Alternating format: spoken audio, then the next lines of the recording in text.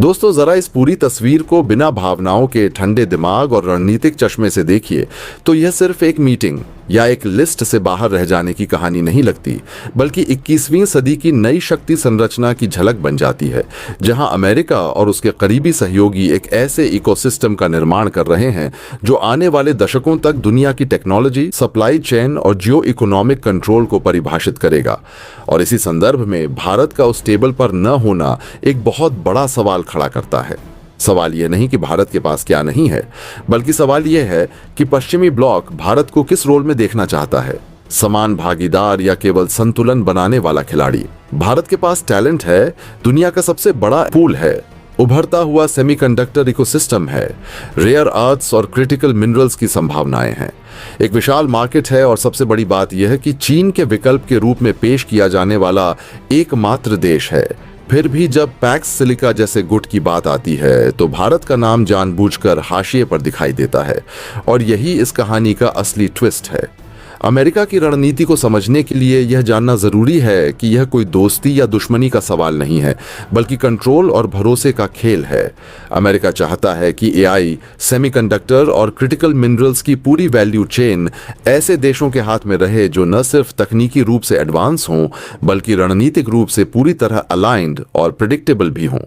Japan, Australia, south Korea, UK, Israel, ये सभी देश या तो अमेरिकी सिक्योरिटी अम्ब्रेला के भीतर आते हैं या दशकों से उसके सिस्टम का हिस्सा रहे हैं, जबकि भारत एक ऐसा देश है जो रणनीतिक स्वायत्तता को अपनी सबसे बड़ी ताकत मानता है और किसी भी कार्टेल का जूनियर पार्टनर बनने से बचता रहा है।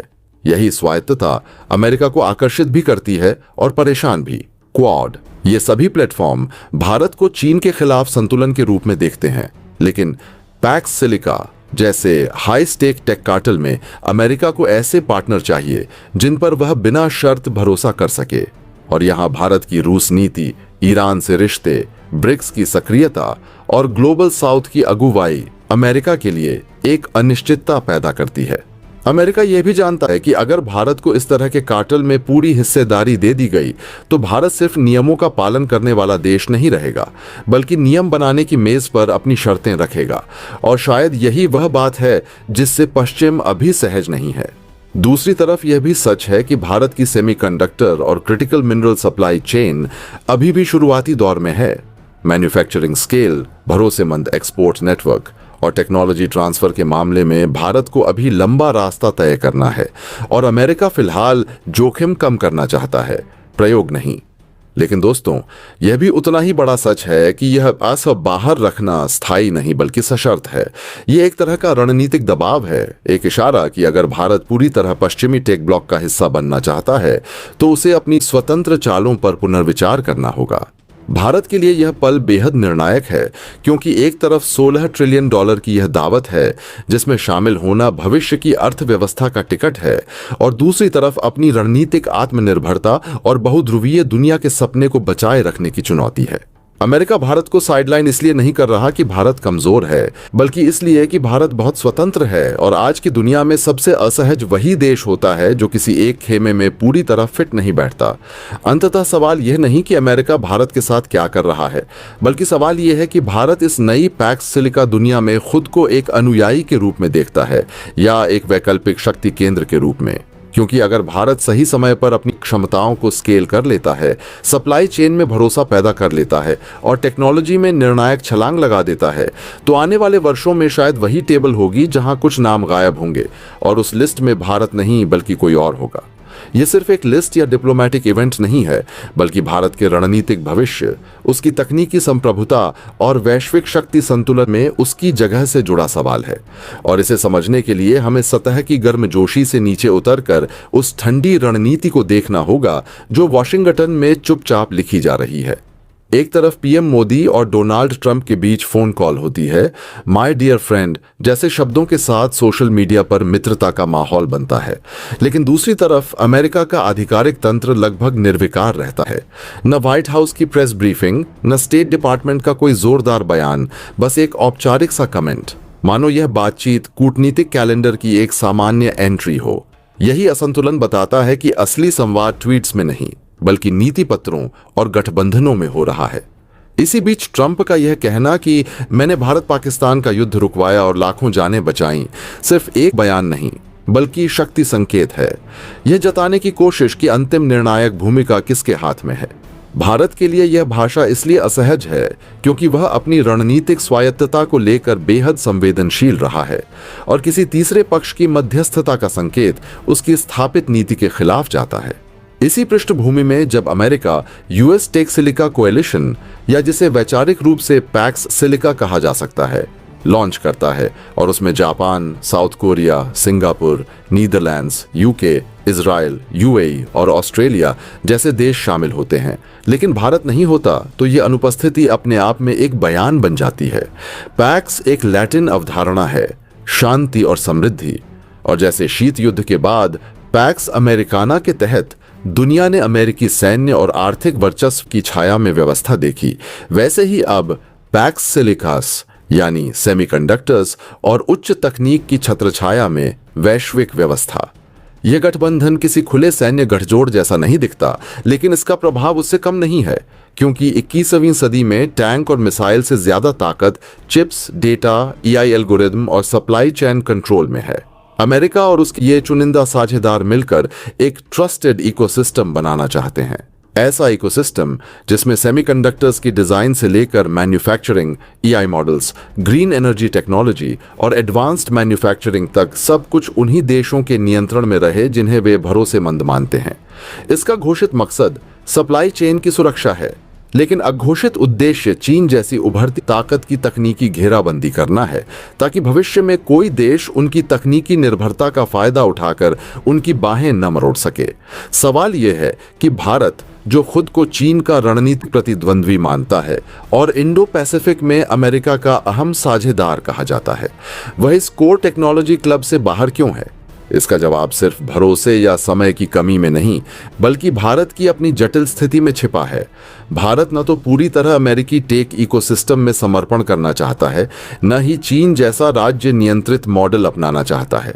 भारत मल्टी अलाइनमेंट की नीति पर चलता है, जहां वह अमेरिका, रूस, यूरोप और ग्लोबल साउथ सभी से अपने हित साधना चाहता है, जबकि पैक्स सिलिका जैसी पहल मूल रूप से ब्लॉक पॉलिटिक्स की वापसी है, बस हथियारों की जगह चिप्स के साथ।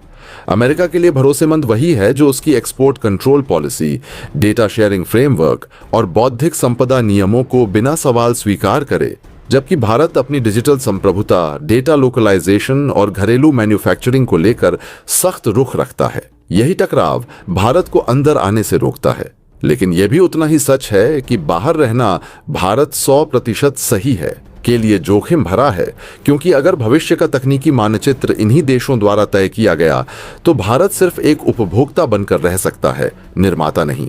इसलिए पैक्स सिलिका भारत के लिए चेतावनी भी है और अवसर भी। चेतावनी इसलिए कि दोस्ती की गर्मजोशी के बावजूद असली क्लब में जगह पक्की नहीं है, और अवसर इसलिए कि अभी भी भारत अपने सेमीकंडक्टर मिशन, एआई रणनीति और मैन्युफैक्चरिंग इकोसिस्टम को मजबूत करके खुद को अनिवार्य बना सकता है। अंततः यह सवाल किसी एक फोन कॉल या एक बयान का नहीं है, बल्कि इस बात का है कि आने वाले दशकों में तकनीक की धुरी किसके हाथ में होगी, और भारत उस धुरी को घुमाने वालों में होगा या सिर्फ उसके घूमने का इंतजार करने वालों में। पैक्स सिलिका इसी द्वंद्व का नाम है। चीन द्वारा रेयर अर्थ एलिमेंट्स पर लगाए गए प्रतिबंधों ने जिस तरह पूरी दुनिया की सप्लाई चेन को हिला दिया था, उससे एक बात बिल्कुल साफ हो गई कि आने वाली वैश्विक व्यवस्था में केवल बाजार होना काफी नहीं है, बल्कि रणनीतिक तकनीक और कच्चे माल पर नियंत्रण ही असली ताकत होगा। और इसी डर से अब दुनिया के कुछ चुनिंदा देश एक ऐसा टेक्नोलॉजी और सप्लाई चेन ब्लॉक बना रहे हैं जिससे दोबारा चीन जैसी स्थिति पैदा न हो। लेकिन यहीं पर सवाल उठता है कि इस ग्रुप में वही देश क्यों हैं और भारत क्यों नहीं? तो इसका जवाब भावनाओं में नहीं बल्कि ठंडी सच्चाई में छिपा है, क्योंकि इस टेबल पर बैठने के लिए हर देश के पास कुछ ऐसा होना जरूरी है जिसे बाकी दुनिया आसानी से रिप्लेस न कर सके। अमेरिका के पास एनवीडिया जैसी कंपनियां हैं जो एआई चिप्स और कंप्यूटिंग की रीढ़ बन चुकी हैं, और ओपनएआई जैसी संस्थाएं हैं जो सॉफ्टवेयर और एल्गोरिदम के स्तर पर पूरी दुनिया को दिशा दे रही हैं। जापान के पास वो हाई प्योरिटी केमिकल्स और फोटोरेसिस्ट मटेरियल्स हैं जिनके बिना एक भी एडवांस सेमीकंडक्टर नहीं बन सकता। नीदरलैंड्स के पास ASML की EUV लिथोग्राफी मशीनें हैं जो तकनीक का ऐसा मोनोपोली पॉइंट है कि उनके बिना 5 नैनोमीटर या उससे नीचे की चिप की कल्पना भी नहीं की जा सकती। साउथ कोरिया के पास सैमसंग और SK हाइनिक्स जैसे दिग्गज हैं जो मैन्युफैक्चरिंग, मेमोरी और एडवांस पैकेजिंग में पूरी दुनिया पर पकड़ रखते हैं। सिंगापुर और UAE जैसे देश फाइनेंस, लॉजिस्टिक्स और डेटा सेंटर्स के ग्लोबल नर्व सेंटर बन चुके हैं जहां से पूंजी और डेटा दोनों का प्रवाह नियंत्रित होता है। और ऑस्ट्रेलिया के पास लिथियम, कोबाल्ट और अन्य क्रिटिकल मिनरल्स हैं जो बैटरी, इलेक्ट्रिक व्हीकल और EI इंफ्रास्ट्रक्चर के लिए उतने ही जरूरी हैं जितना तेल 20वीं सदी में था। अब जब हम भारत की तरफ देखते हैं तो भावनात्मक राष्ट्रवाद हमें यह कहने पर मजबूर करता है कि हम भी इस क्लब के हकदार हैं। हम अमेरिका के साथ अलग अलग फोरम में बात कर रहे हैं। ICT, इंडो पैसिफिक, इंडसेक्स जैसे शब्द सुनने में बड़े लगते हैं, लेकिन असलियत यह है कि ये सभी प्लेटफॉर्म अभी तक भारत को एक कोर टेक्नोलॉजी प्रोड्यूसर नहीं बल्कि एक स्ट्रैटेजिक पार्टनर और बड़े बाजार के रूप में ही देखते हैं, क्योंकि भारत के पास आज न तो ESML जैसी कोई मशीन है, न जापान जैसे केमिकल चैंपियंस, न साउथ कोरिया जैसी फाउंड्री क्षमता और न ही ऑस्ट्रेलिया जैसा मिनरल डोमिनेंस। और इसका कारण यह नहीं है कि भारत में टैलेंट की कमी है, बल्कि इसलिए कि हमारे प्राइवेट सेक्टर और बड़ी कॉरपोरेट कंपनियों ने पिछले 3-4 दशकों में इस सेक्टर में गहरे रिसर्च और लॉन्ग टर्म इन्वेस्टमेंट से खुद को दूर रखा। हमने IT सर्विसेज और सॉफ्टवेयर आउटसोर्सिंग को सफलता का शिखर मान लिया, जबकि दुनिया hard tech, semiconductor fabrication, advance manufacturing और डीप टेक में अरबों डॉलर झोंक रही थी। नतीजा यह हुआ कि आज भारत अमेरिका और पश्चिमी दुनिया के लिए एक विशाल उपभोक्ता बाजार है, जहां वे अपना AI सॉफ्टवेयर बेच सकते हैं, अपना क्लाउड इंफ्रास्ट्रक्चर चला सकते हैं, हमारा डेटा प्रोसेस कर सकते हैं और मुनाफा कमा सकते हैं। लेकिन वे यह नहीं चाहते कि भारत उसी टेक्नोलॉजी वैल्यू चेन में ऊपर चढ़कर प्रोड्यूसर बन जाए, क्योंकि अगर भारत अगला चीन बनकर खड़ा हो गया तो वही अमेरिका और उसके सहयोगी देशों की टेक्नोलॉजी और सप्लाई चेन डोमिनेंस को चुनौती देगा।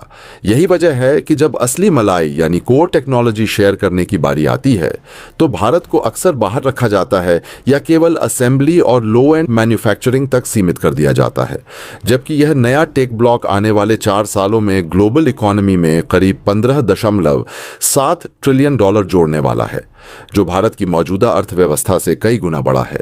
और अगर भारत इस सिस्टम के भीतर कोर प्लेयर नहीं बन पाया तो वह आने वाले दशक में टेक्नोलॉजी, निवेश और जियो इकोनॉमिक ताकत की रेस में पीछे छूट सकता है। इसलिए असली सवाल यह नहीं है कि दुनिया भारत के साथ अन्याय कर रही है या नहीं, बल्कि यह है कि क्या भारत अब भी केवल बाजार बने रहना चाहता है या वह रिसर्च, हार्ड टेक और स्ट्रैटेजिक इंडस्ट्रीज में गंभीर दीर्घकालिक निवेश करके खुद को उस टेबल पर बैठने लायक बनाना चाहता है, क्योंकि वैश्विक राजनीति में कुर्सी भावनाओं से नहीं बल्कि क्षमता से मिलती है। और जब तक भारत यह कड़वी सच्चाई स्वीकार नहीं करेगा तब तक वह ऐसे ग्रुप्स के बाहर ही खड़ा रहेगा, चाहे बयान कितने भी बड़े और मंच कितने भी भव्य क्यों न हो। तो क्या कोई उम्मीद है? सिल्वर लाइनिंग यह है कि इसे ओपन एंडेड रखा गया है। हो सकता है भविष्य में भारत को इसमें शामिल कर लिया जाए, जैसे मिनरल सिक्योरिटी पार्टनरशिप में हमें बाद में जोड़ा गया था। लेकिन अगर ऐसा नहीं हुआ तो क्या हम हाथ पर हाथ रखकर बैठेंगे? बिल्कुल नहीं। भारत के पास दूसरे रास्ते भी हैं। हम ब्रिक्स के साथ जा सकते हैं, यानी चीन और रूस के साथ मिलकर अपना अलग सिस्टम खड़ा कर सकते हैं, या फिर हम फ्रांस जैसे देशों के साथ पार्टनरशिप कर सकते हैं जो अमेरिका के पूरी तरह पिछलग्गू नहीं है, या फिर हम ग्लोबल साउथ के लिए अपना एक अलग मॉडल बना सकते हैं। ठीक वैसे ही जैसे हमने UPI बनाकर वीजा और मास्टर कार्ड की नींद उड़ा दी है। अमेरिका शायद हमें मजबूर कर रहा है कि हम अपनी राह खुद चुनें। अगर हमें धक्का दिया गया तो हो सकता है कि हम एक ऐसी पैरेलल वर्ल्ड ऑर्डर खड़ी कर दें जो अमेरिका के लिए ही सिरदर्द बन जाए। यह जियोपॉलिटिक्स का खेल है दोस्तों। यहाँ कोई परमानेंट दोस्त नहीं होता, सिर्फ इंटरेस्ट होते हैं। भविष्य की इस सबसे पावरफुल टेबल से भारत का गायब होना न सिर्फ हैरान करने वाला है, बल्कि यह एक खतरे की घंटी है। भारत एक ऐसा देश है जिसने लंबे समय से खुद को चीन के खिलाफ एक रणनीतिक दीवार और एक उभरते आते हुए टेक्नोलॉजी हब के रूप में पेश किया है। लेकिन फ्रांस और जर्मनी जैसी पुरानी यूरोपीय ताकतों के साथ साथ भारत एक को सपाटी क्या। भारत एट को भी इस ग्रुप से बाहर रखना यह इशारा करता है कि 19वीं सदी में ब्रिटेन ने कोयले और समुद्र पर राज किया तो दुनिया उनकी मुट्ठी में थी। अब 21वीं सदी में बारी है सिलिकॉन की, जो कंप्यूटिंग की जान है। पैक्स सिलिका का मकसद इसी सिलिकॉन पर वैसा ही एकाधिकार जमाना है। यह सिर्फ कोई व्यापारिक समझौता नहीं है, बल्कि यह 21वीं सदी की सभ्यता का ऑपरेटिंग सिस्टम लिखने का अधिकार अपने पास रखने की एक चाल है।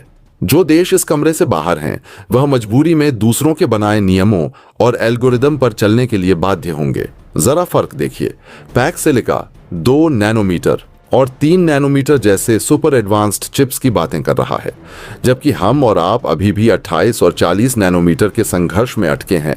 यह मॉडल की बात करें तो भारत में ओपन एआई, डीप माइंड या मिस्ट्रल जैसी कोई भी फ्रंटियर एआई लैब नहीं है। जो तस्वीर आज हमारे सामने उभर रही है वह निराशा से ज्यादा चेतावनी की है और उम्मीद से ज्यादा चुनौती की। उम्मीद इसलिए बची हुई है क्योंकि इस नए टेक जियोपॉलिटिकल फ्रेमवर्क को अभी पूरी तरह बंद दरवाजा नहीं कहा गया है। यह ओपन एंडेड है, यानी सैद्धांतिक तौर पर भारत को भविष्य में इसमें शामिल किया जा सकता है, ठीक वैसे ही जैसे मिनरल सिक्योरिटी पार्टनरशिप में शुरुआत में हमें बाहर रखा गया था, लेकिन बाद में हमारी रणनीतिक अहमियत को समझते हुए हमें जोड़ लिया गया। लेकिन असली सवाल यह नहीं है कि हमें बुलाया जाएगा या नहीं। असली सवाल यह है कि अगर हमें नहीं बुलाया गया तो क्या भारत हाथ पर हाथ रखकर बैठ जाएगा? इतिहास और भारत की रणनीतिक संस्कृति दोनों इसका जवाब साफ तौर पर नहीं में देती हैं। दोस्तों, आपकी क्या राय है कमेंट बॉक्स में जरूर से बताएं और साथ ही चैनल को सब्सक्राइब करना ना भूलें। आपके एक सब्सक्राइब से हमारी काफी बड़ी मदद होती है। जय हिंद।